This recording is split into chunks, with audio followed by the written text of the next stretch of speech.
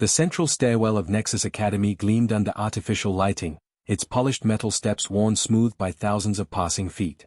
400 species called this neutral station home, each bringing their own customs, their own hierarchies, their own cruelties. Lyria moved through the corridor with careful precision, her head tilted slightly as soft clicking sounds escaped her throat.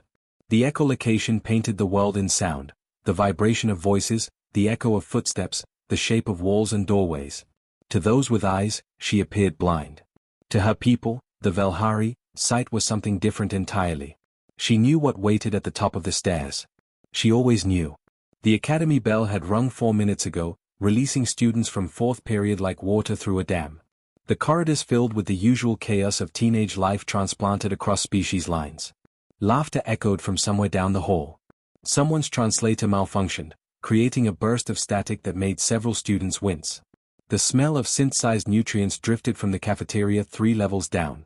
Lyria's clicking intensified as she approached the stairwell. Each pulse of sound returned to her with information that sighted species could never fully understand. The acoustic shadow of bodies. The density of air currents.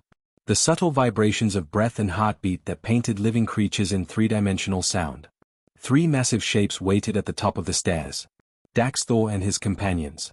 Always the same position. Always the same time. Her bag felt heavier today. Inside were her quantum mathematics assignments, 3 data pads filled with equations that most species couldn't begin to comprehend, and a small photo crystal her mother had sent from the Velhari homeworld. She adjusted the strap on her shoulder and kept walking. The Kraven were impossible to miss, even for those without echolocation. They stood 7 feet tall, their bodies covered in chitinous armor plating that had evolved over millions of years on a high-gravity world where only the strongest survived. 4 arms meant they could fight and work simultaneously. Their mandibles clicked constantly, a form of communication that predated their development of spoken language. Daxthor was the largest of the 3. His armor bore the dark green striping of a military family, and everyone on station knew his father commanded an entire battle fleet in the Kraven Armada. That connection brought him freedom that other students could only dream about. Freedom to do whatever he wanted. Freedom from consequences. Rektar and Volmis flanked their leader like mirrors, their postures identical. They wore the slightly lighter plating of younger Kraven, not yet fully hardened by age and combat training. But they were still deadly. Still dangerous. Still untouchable. Lyria's people, the Velhari, were nothing like the Kraven. Where the warrior species valued strength and dominance, her people prized philosophy and peaceful resolution. Her entire culture had been built over thousands of years on the principle that violence created more problems than it solved. Every Velhari child learned meditation before mathematics. Every adult spent at least 1 year serving as a conflict mediator. She had been raised to believe that patience would always triumph over aggression. That proper channels existed for every grievance. That the system, however slow, would eventually deliver justice. 6 weeks of filing complaints had taught her otherwise. The crowd around the stairwell thinned as students recognized what was about to happen. No one wanted to be nearby when the Kraven enforced their daily ritual. No one wanted to risk becoming the next target. It was easier to look away, to pretend not to notice, to arrive at 5th period a few minutes late rather than witness something they had no power to stop. Lyria understood. She didn't blame them. In a station where political power determined protection, most students had learned to survive by being invisible. She reached the bottom step. Her clicking mapped every detail of the stairs above. 12 steps total. Metal construction with a slightly rough texture for traction. A railing on each side that had saved her from worse injuries more than once. Daxthor's voice boomed down from above. Here comes the broken one. The translator chip embedded behind her ear rendered his Kraven dialect into standard galactic language, though it couldn't capture the particular cruelty in his tone. The words came out flat and mechanical, but the intent needed no translation. She said nothing. Experience had taught her that responding only made things worse. Words gave them ammunition. Silence at least denied them that satisfaction. Her foot touched the first step. Then the second. Her clicking increased, mapping the 3 massive bodies above. She could hear their breathing, heavy and anticipatory. She could sense the shifting of their weight as they prepared. 3rd step. 4th step. The other students had cleared the area entirely now. Even those who felt guilty about it, who wished they could help, who promised themselves they would speak up next time. The corridor behind her stood empty except for the distant sound of someone's locker slamming shut. 5th step. 6th step. Station security had cameras everywhere, she knew. They were watching this happen right now from their comfortable control room 3 decks away. They had footage of every previous incident, stored in databases that no one would ever review. The Kravan Empire supplied 70% of the Coalition's military vessels, and that economic reality mattered more than one student's daily suffering. 7th step. 8th step. Lyria's hearts beat faster. Both of them, the dual circulatory system that helped her species survive in the thin atmosphere of their homeworld. Her clicking became rapid, almost frantic, painting every detail of what was coming. 9th step. Daxthor's lower right hand shot out. Not his primary arm, never that. Nothing that would show as intentional violence on security footage. Just a casual gesture, an accidental contact, another regrettable incident in a crowded stairwell. The impact caught her shoulder. Her bag slipped. Her balance shifted. The acoustic map in her mind tilted sickeningly as gravity claimed her. She tumbled backward down the stairs she had just climbed, each metal edge driving into her small frame with brutal precision. Her clicking scattered wildly, unable to maintain coherent sound pictures as she fell. The world became nothing but impact and pain and the horrible certainty that this would happen again tomorrow. 12 steps down. She hit the landing hard, her breath knocked from both lungs. Her bag had burst open somewhere during the fall, scattering her carefully organized belongings across the polished floor. Above her, the Kravan laughed. The sound of it echoed through the stairwell, amplified by the metal walls, a celebration of power exercised without consequence. Lyria lay still for a moment, taking inventory. Nothing broken this time. More bruises to add to the collection that covered her arms and legs.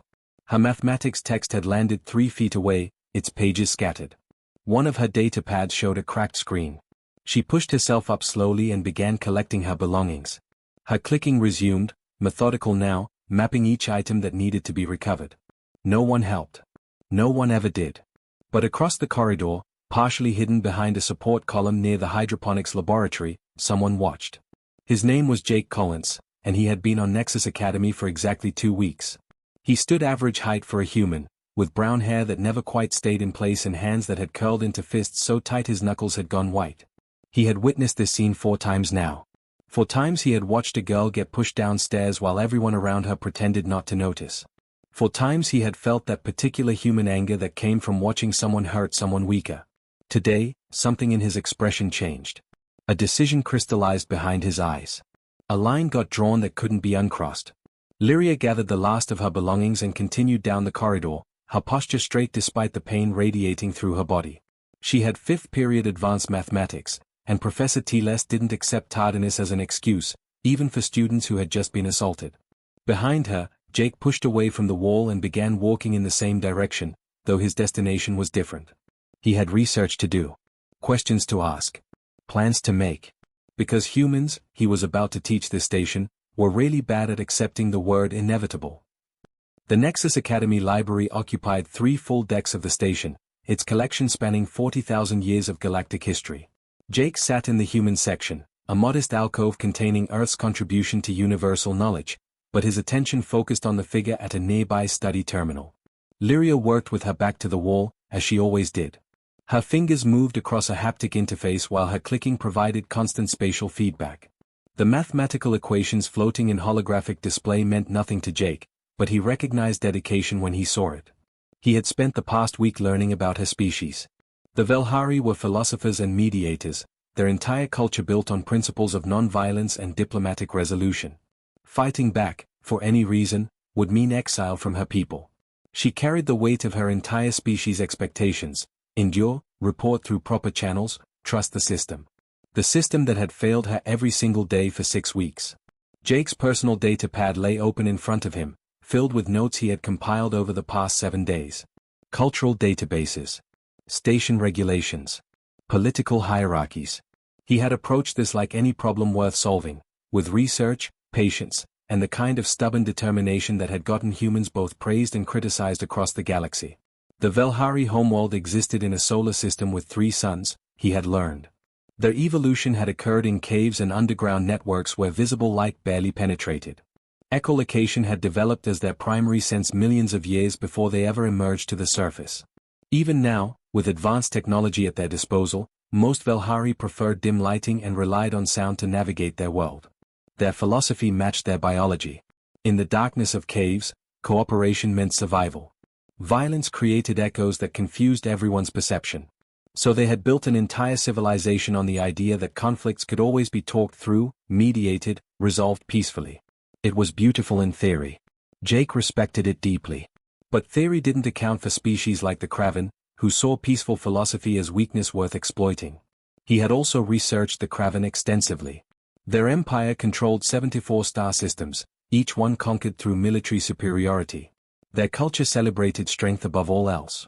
Kraven children fought from the moment they could walk, earning their place in society through physical dominance. The weak were cast out or assigned to labor roles that other species would consider slavery. Daxthor came from a military family, which Jake had discovered through public records. His father commanded the 7th Battle Fleet, a force that included 12 Dreadnought-class vessels and enough firepower to glass a planet. That connection explained why station security looked the other way. Arresting the son of a Kraven admiral would create diplomatic complications that a neutral station couldn't afford. The mathematics was simple and brutal. One girl's suffering mattered less than political stability.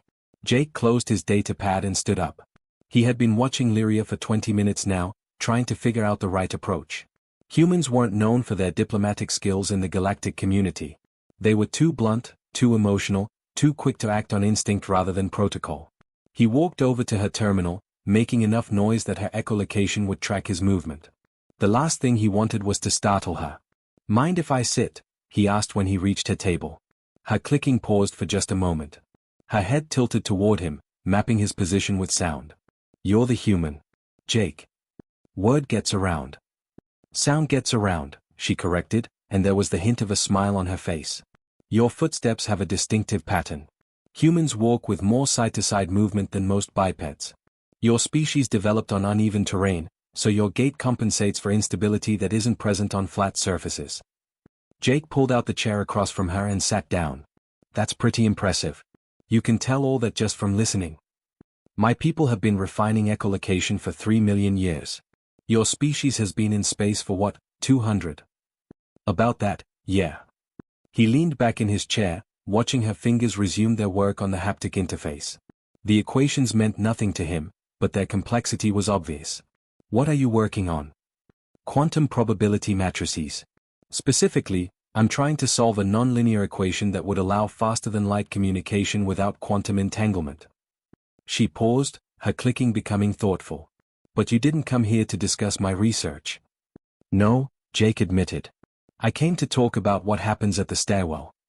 Her expression closed down immediately, like shutters slamming over windows. Her fingers stopped moving. "Then you've wasted your time. The situation is being handled through proper channels." "Is it?" "The Velhari embassy has been in contact with station administration. A formal complaint has been filed with the Kraven cultural liaison. These processes take time." "How much time?" Jake asked quietly. "How many more times down those stairs while committees meet and discuss and file reports?" Lyria's clicking increased, rapid pulses that Jake had learned indicated stress or agitation. "My people have survived for millennia by trusting in peaceful resolution. Violence only creates more violence. If I were to fight back, even in self-defense, I would be exiled from Velhari society. Everything I've worked for would be meaningless." "I know. I read about your culture. It's admirable." "Then you understand why I cannot." "I understand why you can't fight back," Jake interrupted. "But what if you didn't have to?" Her clicking stopped entirely. In the silence that followed, Jake could hear the ambient sounds of the library, the hum of environmental systems, the distant conversation of students 3 aisles over, the soft chime of someone checking out materials at the front desk. "What do you mean?" Lyria asked finally. Jake leaned forward, his elbows on the table. "Your philosophy says violence is wrong. That you can't raise a hand against another being. But what if someone else did? Someone who doesn't carry the same cultural restrictions?" "Jake Collins from Earth." Her voice carried a note of warning now. "Humans have been part of the galactic community for less than a decade. You have no political protection here. No allies with real power. The Kraven would crush you, and then they would crush your species' reputation in the coalition." "Maybe. Not maybe. Certainly." Her expression softened slightly, and Jake realized this might be the first time anyone had offered to help her in weeks. "I appreciate what you're trying to do. Truly. But you don't understand how things work out here. There are hierarchies based on military power. There are species that matter and species that don't. Humans are still proving themselves. One human student attacking a Kraven would set your entire species back years. What if I don't care about that? Then you're a fool. Jake smiled. Yeah, probably. But here's the thing about humans that maybe you haven't learned yet. We're really, really bad at standing by and watching bad things happen. Even when it's smart to look away. Even when it's safer to do nothing. We've got this defect in our psychology that makes us stupid when we see injustice. Lyria's head tilted, her clicking resuming as she tried to read his expression through sound. That's not a defect. That's unusual. Most species have strong protection instincts for their own kind, but what happens to outsiders barely registers as a moral concern. Well, humans are weird like that. We see someone getting hurt, and something in our brain just says that's wrong regardless of whether we know them or not. He stood up, pushing his chair back. Just think about it, okay? You shouldn't have to endure this alone. What are you planning? There was genuine concern in her voice now. Nothing yet. Just observing. Learning. Figuring things out. He started to walk away, then turned back. One more question. If someone did intervene, if someone made it so you could walk those stairs safely every day, would you accept that help? Even if it came through methods your people wouldn't approve of? Lyria was quiet for a long moment. Her clicking mapped the library around them, providing her with thinking time that didn't feel awkward. Finally, she spoke. I'm going to be a quantum mathematician. The first Velhari to receive a doctorate in nonlinear probability matrices. I've been working toward this goal since I was 7 years old. Every day I endure at this academy brings me closer to that dream. That's not an answer. It's the only answer I can give. She turned back to her holographic equations. Please don't do anything foolish, Jake Collins from Earth. The galaxy has enough violence already. Jake left the library with more questions than answers, but one thing had become crystal clear. Lyria wouldn't ask for help. Her culture wouldn't allow it. Her philosophy prevented it. She would endure until either the system finally responded or her spirit broke completely. But Jake hadn't asked her permission. He had asked if she would accept help after it arrived. And her non-answer told him everything he needed to know. Humans had a saying that Jake's grandmother used to repeat whenever someone in their family faced a bully. She would say it in her thick accent, squeezing Jake's shoulder with her weathered hand. Sometimes the only thing that stops a bad person doing bad things is a good person saying no more. Jake walked back to his dormitory, his mind already working through possibilities. The Kraven had size and strength. They had political protection. They had the confidence of people who had never faced real consequences. But they had never faced a human who had decided that enough was enough. And that, Jake thought as he began making plans, was going to be their biggest mistake. Fourth period ended with the standard chime, 3 ascending notes that echoed through Nexus Academy's corridors. Students poured into the hallways, a river of varied species heading to their next obligations. The central stairwell, as always, became a natural bottleneck. Daxthor took his position at the top of the stairs. Rektar and Volmis flanked him, their forearms crossed in mirror image of their leader. Below, the crowd flowed past, each individual carefully avoiding eye contact with the Kraven trio. Lyria appeared in the corridor, her clicking painting the familiar scene. She slowed but didn't stop. There was no point in delaying. Then Jake stepped beside her. The human said nothing at first, simply matched her pace as they moved through the crowd together. Lyria's clicking increased immediately, rapid pulses that mapped his presence next to her, confusion evident in the frequency of the sound. "What are you doing?" she whispered, her voice barely audible above the corridor noise. "Walking you to class," Jake replied, his tone casual, as if this were the most natural thing in the world. "Jake, please don't." "It's okay," he said softly. "I've got this." Around them, other students began to notice. Conversations dropped off mid-sentence. The usual rush toward the stairwell slowed as people recognized that something different was about to happen. Word spread through the crowd with the speed that only teenage gossip could achieve. The human was going to confront the Kraven. Some students moved closer, morbid curiosity overcoming caution. Others backed away, not wanting to be anywhere near the coming confrontation. A few pulled out their personal recording devices, already imagining the social credit they would gain from capturing whatever happened next. Lyria and Jake reached the base of the stairs. Above them, Daxthor's posture shifted from bored superiority to active attention. His mandibles clicked rapidly, a craven expression that usually preceded violence. The corridor had grown eerily quiet. Even students who had been rushing to their next class found reasons to slow down, to adjust their bags, to suddenly need something from their lockers. Everyone wanted to see what would happen when a human challenged the station's most dangerous bully. Jake started up the stairs, Lyria beside him. His heart hammered in his chest, but his face remained calm. He had spent the past 3 days preparing for this moment, not just mentally, but physically. He had studied human anatomy texts, comparing human physiology to craven biology. He had watched combat footage from Earth's history, focusing on techniques that smaller fighters used against larger opponents. He had also made peace with the possibility that this could go very badly. They reached the halfway point. Daxtor remained at the top, his bulk completely blocking the passage. Rektar and Volmis had uncrossed their arms now, their postures radiating threat. "Move, human." Daxtor's voice rumbled down the stairwell, the translator rendering his words with mechanical precision. Jake stopped on the 8th step. Lyria stood slightly behind him, her clicking so rapid it was almost a continuous hum. He could feel her fear, her disbelief that this was actually happening. "No," Jake said clearly. That single word seemed to suck all remaining sound from the corridor. Students who had been whispering fell completely silent. Even the ambient noise of the station's environmental systems seemed to fade into the background. Daxtor's mandibles spread wide, the craven equivalent of a threatening smile. "You do not understand the situation, little human. This does not concern your species." "It concerns me," Jake replied, and there was steel in his voice now. His hands hung loose at his sides, relaxed but ready. Volmis shifted position, moving slightly to Daxtor's left. Rektar mirrored the movement on the right.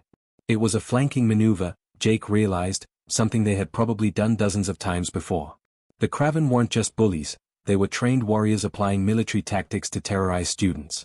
"I am 3 times your mass," Daxtor continued, descending 1 step. His chitinous armor caught the corridor lighting, making him look even more imposing. "My armor can withstand small arms fire. My people have conquered 14 star systems." Another step down, bringing him within striking distance. "You are human. You are nothing." Jake felt Lyria's hand touch his shoulder, a gentle pressure asking him to reconsider. He didn't move. Couldn't move. Because if he stepped aside now, if he let fear override conviction, then he was telling every bully in the galaxy that humans would fold when confronted with superior force. "You're going to stop," Jake said quietly. "Today." Daxtor reached for Lyria, his lower right hand extending past Jake as if the human simply didn't exist. Jake moved. His fist drove upward into the soft tissue beneath Daxtor's lower left arm joint, where the chitinous armor met flexible membrane. Years of evolution had made craven armor nearly impenetrable, but joints had to remain flexible for mobility. That meant vulnerability. The craven's roar of pain echoed through the stairwell like thunder. Students gasped. Someone screamed. Recording devices captured every second. Daxtor swung with his primary right arm, a devastating blow that would have shattered Jake's skull if it had connected. But Jake had already moved, ducking under the strike and driving his elbow into the nerve cluster at Daxtor's hip joint, another weak point he had memorized from anatomy texts. This wasn't a fight by craven standards. There was no ritual challenge. No declaration of combat. No honor codes or traditional stances. Jake fought the way humans had always fought when facing larger predators, with improvisation, aggression, and absolute refusal to give up. Rektar grabbed Jake from behind, his forearms attempting to pin the human's limbs. Jake immediately went limp, dropping his full body weight and twisting. The sudden shift in mass broke Rektar's grip enough for Jake to slam his head backward into the craven's face. The crunch of mandibles breaking was sickening and satisfying all at once. Volmis came in from the side, using a kick that lifted Jake completely off his feet. The human hit the stairwell wall hard enough to crack the display panel beside him. Pain exploded through his ribs, sharp and immediate. But he got back up. That was the thing Daxtor hadn't understood about humans. They weren't stronger than most species. They weren't faster. They weren't tougher. But they had persistence that bordered on insanity. Humans had evolved as pursuit predators, chasing prey for hours or even days until their target collapsed from exhaustion. Getting knocked down just made them angry. Jake pushed off the wall and went back at Daxtor, ignoring the screaming pain in his side. He targeted eyes now, going for the soft tissue that armor couldn't protect. His thumbs found purchase, pressing hard enough to make Daxtor rear back in genuine fear. The craven leader swung wildly, catching Jake across the face. Blood filled the human's mouth, copper-tasting and hot. His vision blurred. His legs felt unsteady. He kept fighting. Because somewhere behind him was a girl who had been pushed down these stairs every single day for 6 weeks. Behind her were a dozen other students who had suffered in silence. And behind all of them was the principle that Jake's grandmother had taught him. Sometimes the only thing that stops a bad person is a good person saying no more. Station security finally arrived, their boots thundering up the corridor. 4 guards, all armed with stun batons, shouting commands that nobody was listening to. Jake stood at the top of the stairs now, breathing hard, blood running from his nose and split lip. Daxthor was 3 steps below him, supported by Rektar and Volmis. The mighty Kraven warrior, who had terrorized students for months, was retreating. Enough, Jake said, his voice hoarse but clear. No more. The security guard separated them, professional hands checking for serious injuries. The crowd that had gathered was enormous now, at least 50 students blocking the entire corridor, all of them witnessing the impossible. A human had stood up to the Kraven.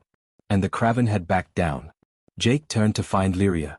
She stood frozen on the stairs where he had left her, her clicking rapid and chaotic. Her entire worldview, everything her people had taught her about violence solving nothing, had just been challenged by watching a human bleed to protect her. You okay? Jake asked, wincing as the security guard examined his ribs. Lyria couldn't answer. Her clicking painted the scene around her, Jake's injuries, Daxthor's humiliation, the crowd of witnesses, the fundamental shift in power dynamics that had just occurred in this stairwell. Finally, she found her voice. Why? Jake smiled despite the pain, despite the blood, despite knowing he probably faced expulsion and maybe criminal charges. Because somebody had to say enough. The hearing took place in Nexus Academy's administrative sector, a sterile room designed to be culturally neutral, which meant uncomfortable for everyone. Jake sat at the respondents' table, his ribs taped, his face still showing bruises. Across from him, Daxthor and his companions occupied seats designed for Kraven physiology, their postures radiating barely contained rage. Dean Timora, a Solventi administrator whose species prided themselves on impartial judgment, reviewed the incident reports on her datapad. Security footage played on repeat, the fight had lasted 4 to 7 seconds. Mr. Collins, Timora began, her translated voice carrying disappointment. You engaged in unsanctioned violence against fellow students. You caused significant injury to Daxthor, who required medical treatment. By Academy regulations, this merits immediate expulsion. Jake sat quietly, his hands folded on the table in front of him. Every breath sent sharp pain through his taped ribs, but he kept his expression neutral. He had expected this. Prepared for it, even. Do you have anything to say in your defense? Timora asked, her crest flaring slightly, a sign of agitation in her species. I understand the regulations, Jake replied. And I'd do it again. The room fell silent. Even Daxthor's mandibles stopped their constant clicking. Timora's crest flared wider, her skin shifting through several colors that Jake's research told him indicated confusion and frustration. That is not a defense, Mr. Collins. That is a confession of intent to commit future violence. With respect, Dean Timora, I'm confessing intent to protect students who can't protect themselves. Jake leaned forward despite the pain it caused. And I think we should talk about why protection was necessary in the first place. Timora's expression hardened. The incident at the stairwell wasn't isolated. It wasn't isolated. Jake pulled out his personal datapad, sliding it across the table. Miss Lyria has filed formal complaints every week for 6 weeks. All of them acknowledged. All of them marked as under review. None of them acted upon. The dean's colors shifted again, moving toward darker shades. These matters require careful consideration. The Kraven Empire is an important. I have medical records too, Jake interrupted. He was breaking about a dozen protocols by speaking out of turn, but politeness had gotten Lyria nowhere for 6 weeks. Bruises. Contusions. A sprained wrist. All documented in the Academy Health Center. All explained away as accidents. Timora reached for the datapad, her expression unreadable. She scrolled through the evidence in silence, and Jake could see the exact moment when political calculation met undeniable fact. Her crest flattened against her skull. These records should have triggered an automatic investigation, she said quietly. But they didn't. Because investigating meant confronting Kraven students, which meant political complications. Jake kept his voice level, stating facts rather than accusations. So Lyria kept getting hurt, and everyone kept looking away, and the system kept failing. Daxthor slammed one of his forehands on the table, the impact loud enough to make everyone jump. The human attacked me without provocation. He is violent and dangerous. His entire species should be barred from coalition facilities. Without provocation. Jake turned to face the Kraven for the first time since the hearing began. I watched you push a girl down 12 metal steps. I watched you do it 4 separate times before I intervened. That's not provocation. She is weak. The weak must learn their place. The weak must be protected, Jake shot back. That's what civilized species do. They protect those who need protecting. Timora raised her hand for silence. This hearing is not about Kraven philosophy versus human ethics. This is about Academy regulations and... The door to the hearing room opened. A human woman in formal diplomatic attire entered, her identification marking her as official Earth Embassy personnel. Her name tag read Catherine Price, Cultural Liaison. My apologies for the interruption, Dean Timora, Catherine said, her voice carrying the kind of authority that came from years of negotiation training. But the Earth Embassy requests permission to present evidence relevant to this case. Timora's crest flared again. This is highly irregular. As is holding a disciplinary hearing without notifying the student's embassy, Catherine replied smoothly. Mr. Collins is a minor by human standards, and Earth has legal guardianship rights during his exchange period. The dean hesitated, then nodded. Proceed. Catherine activated a holographic projector, and suddenly the room filled with data. Not just Lyria's complaints, but a pattern that stretched back months. 12 students total, representing 8 different species, all reporting harassment by the same 3 Kraven. All filed through proper channels. All marked as under review. All ignored. A Viridian student had her academic work sabotaged repeatedly, Catherine explained, pulling up specific cases. A Shorter student watched his cultural artifacts destroyed. A Mytharian's breathing apparatus was damaged 3 times, equipment failure that could have been fatal if not caught in time. She turned to face Timora directly. The Coalition's founding charter guarantees safety and equal treatment for all students regardless of species or political affiliation. Either Nexus Academy enforces its own regulations equally, or humanity withdraws from this institution and encourages our allied species to do the same. It was a bluff, Jake realized. Humanity had few allies in the galactic community and even less political leverage. But Catherine delivered the threat with such conviction that doubt flickered across Timora's face. You would risk diplomatic incident over one human student's actions, the dean asked. We would risk diplomatic incident over the principle that bullying should have consequences, Catherine corrected. Mr. Collins acted to protect a fellow student after every proper channel failed. If the Academy punishes him for that while ignoring months of documented harassment, then yes, we will make this a diplomatic incident. Timora looked between the evidence, Catherine's determined expression, and Jake's battered face. Her colors shifted through several shades before settling on a pale green that indicated resignation. This hearing is suspended pending full investigation, she announced. Daxthor, Rektar, and Volmis are immediately transferred to alternative educational facilities pending review. Mr. Collins will receive academic probation but no expulsion. And I am ordering a complete audit of our complaint response system. Daxthor rose from his seat, his rage barely controlled. My father will hear of this. The Kraven Empire does not forget insults. Then perhaps the Kraven Empire should teach its children not to assault their classmates, Catherine replied calmly.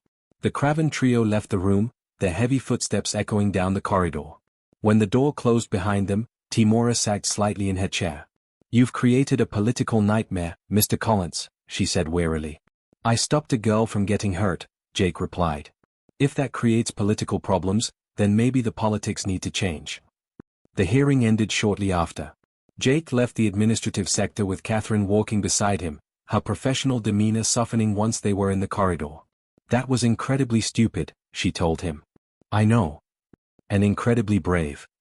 Jake looked at her in surprise. Catherine smiled slightly. Don't let it go to your head. You're still on probation, and if you get into another fight, I can't protect you. Understood. Understood. But as they walked through the academy corridors, Jake noticed something had changed. Students who had previously avoided eye contact now nodded as he passed. A Viridian girl he didn't know whispered thank you as she walked by. 3 shorter students moved aside to let him pass, their gesture clearly one of respect rather than fear. Word had spread through the station faster than lightspeed communication. A human had stood up to the craven bullies. A human had fought when everyone else looked away. A human had faced expulsion to protect someone he barely knew. And suddenly, other students were finding their courage too. Over the next few days, more complaints came forward. Not just about the Craven trio, but about bullying across the academy. Students who had suffered in silence began speaking up, inspired by Jake's example. The station security command underwent review. New protocols were established. Academy regulations that had been selectively enforced suddenly applied to everyone equally. Jake found Lyria in the library 3 days after the hearing. She was at her usual terminal, working on quantum equations that still meant nothing to him. But when she sensed his approach, her clicking mapped his presence and she smiled. "My people are conflicted," she admitted. "Violence goes against everything we believe. But I walk these corridors now without fear. Without pain." She paused. "Thank you, Jake Collins from Earth. For being brave enough to act when I could not." "You would have acted if your culture allowed it," Jake replied. "I just had fewer restrictions." Is that human philosophy? That violence is acceptable if the cause is just. Jake thought about it. "I think human philosophy is that sometimes doing the right thing means breaking rules. Sometimes protection matters more than protocol. And sometimes the only way to stop cruelty is to stand in its way and refuse to move." Lyria's clicking increased. The pattern Jake had learned meant she was thinking deeply. "Your species may not be the strongest or the smartest. But perhaps you bring something the galaxy needs. The willingness to care about strangers." Jake smiled despite his healing bruises. "Yeah. We're pretty stubborn about that." 3 months later, Nexus Academy had developed new protocols. Security patrols doubled during class transitions. A confidential reporting system allowed students to document incidents without political interference. Species sensitivity training became mandatory for all staff. But protocol changes couldn't capture the more subtle shift in the station's social ecosystem. Jake walked through the corridors now accompanied by what Catherine Price had jokingly called the coalition of the previously ignored. Lyria, whose quantum mathematics research had attracted attention from 3 prestigious universities. A fellow human named Tyler Bennett who was studying xenobiology and had quickly become Jake's closest friend on the station. A Viridian named Kessa whose artistic work was finally being displayed in the Academy's cultural center without sabotage. Others joined and left the group as schedules allowed, but the core remained constant. They weren't united by species or academic specialty. They were united by the shared memory of being invisible while they suffered, and by the determination to notice when others hurt. The central stairwell, the place where everything had changed, had become their regular meeting spot. The irony wasn't lost on any of them. Where Lyria had once been pushed down daily, students now gathered freely, laughing and sharing stories from their different worlds. "Jake, I have something for you," Lyria said one afternoon, her clicking mapping his position as the group assembled between classes. She handed him a small device, barely larger than a coin. "It's a modified translation chip with Velhari echolocation algorithms. It will let you perceive the world through sound the way my people do. Not as clearly, obviously, you lack the biological structures for true echolocation, but enough to understand how I experience reality." Jake turned the device over in his hands, genuinely moved. "This is incredible. Thank you. You saw me when others looked away," Lyria said simply. "I wanted you to see as I do." He activated the chip, pressing it behind his ear where it integrated with his nervous system. The corridor exploded into a completely new dimension of perception. Every sound became information, voices painted the shape of speakers, footsteps revealed the size and gait of walkers, even the ambient hum of environmental systems created a 3-dimensional map of the space around him. It was overwhelming and beautiful all at once. "This is how you experience everything?" Jake asked, wonder evident in his voice. "Every moment of every day," Lyria confirmed. "The universe sings if you know how to listen." Tyler laughed, adjusting his own bag of xenobiology samples. "And here I thought human senses were complicated. We've got nothing on what you Velhari can do." Kessa's chromatic plates shifted through several colors, her species equivalent of a smile. "Every species has their gifts. Velhari have sound. My people have color perception across 17 different wavelengths. Humans have." She paused thoughtfully. "Humans have something else entirely." "Stubborn stupidity?" Jake offered with a grin. "Moral courage," Kessa corrected. "The willingness to act when action seems impossible. That's rarer than you think in the galaxy." The conversation shifted as other students approached, a Matharian who wanted Tyler's help with a biology assignment, two shorter students who had become friends with Kessa through the art program, others who simply gravitated toward the group that had formed around Jake's intervention. But the real change extended far beyond their immediate circle. That evening, Catherine Price sent a report back to Earth's diplomatic corps. It wasn't about Academy protocols or political negotiations. It was about something she had observed across multiple coalition facilities in recent months, an unusual pattern of requests for human mediation in conflicts between species. She wrote carefully, knowing her report would be read by officials who would determine humanity's future role in galactic politics. Humans are being requested as neutral mediators not because of our diplomatic experience, we have almost none. Not because of our political power, we have virtually none. But because we possess something that appears rare in the wider galactic community, the willingness to intervene in situations that don't directly benefit us. Most species have powerful in-group loyalty. They protect their own with fierce devotion. But suffering outside their immediate circle barely registers as a moral concern. It's not cruelty, exactly. Just different evolutionary priorities. Humans see a stranger hurt and feel compelled to act. This makes us unpredictable, occasionally foolish, and sometimes dangerous. But it also makes us invaluable in a galaxy where most species ignore injustice that doesn't affect their interests. Catherine paused in her writing, thinking about Jake Collins and his stupid, brave decision to stand beside a girl he barely knew. She continued. We're not the strongest species. We're not the smartest. Our technology ranks somewhere in the middle of galactic standards. But we bring something unexpected, the concept that moral courage matters more than genetic advantage or political calculation. In a universe of specialized species, humans have carved out a unique role. We're the ones who notice. The ones who care. The ones who stand beside strangers and refuse to move. 2 years passed. Jake graduated from Nexus Academy with honors in comparative species ethics, a field he had essentially created through his thesis on intervention theory and cross-species moral philosophy. His work attracted attention across the coalition, challenging long-held assumptions about how different species should interact. Lyria earned her doctorate in quantum mathematics, becoming the first Velhari to achieve that distinction.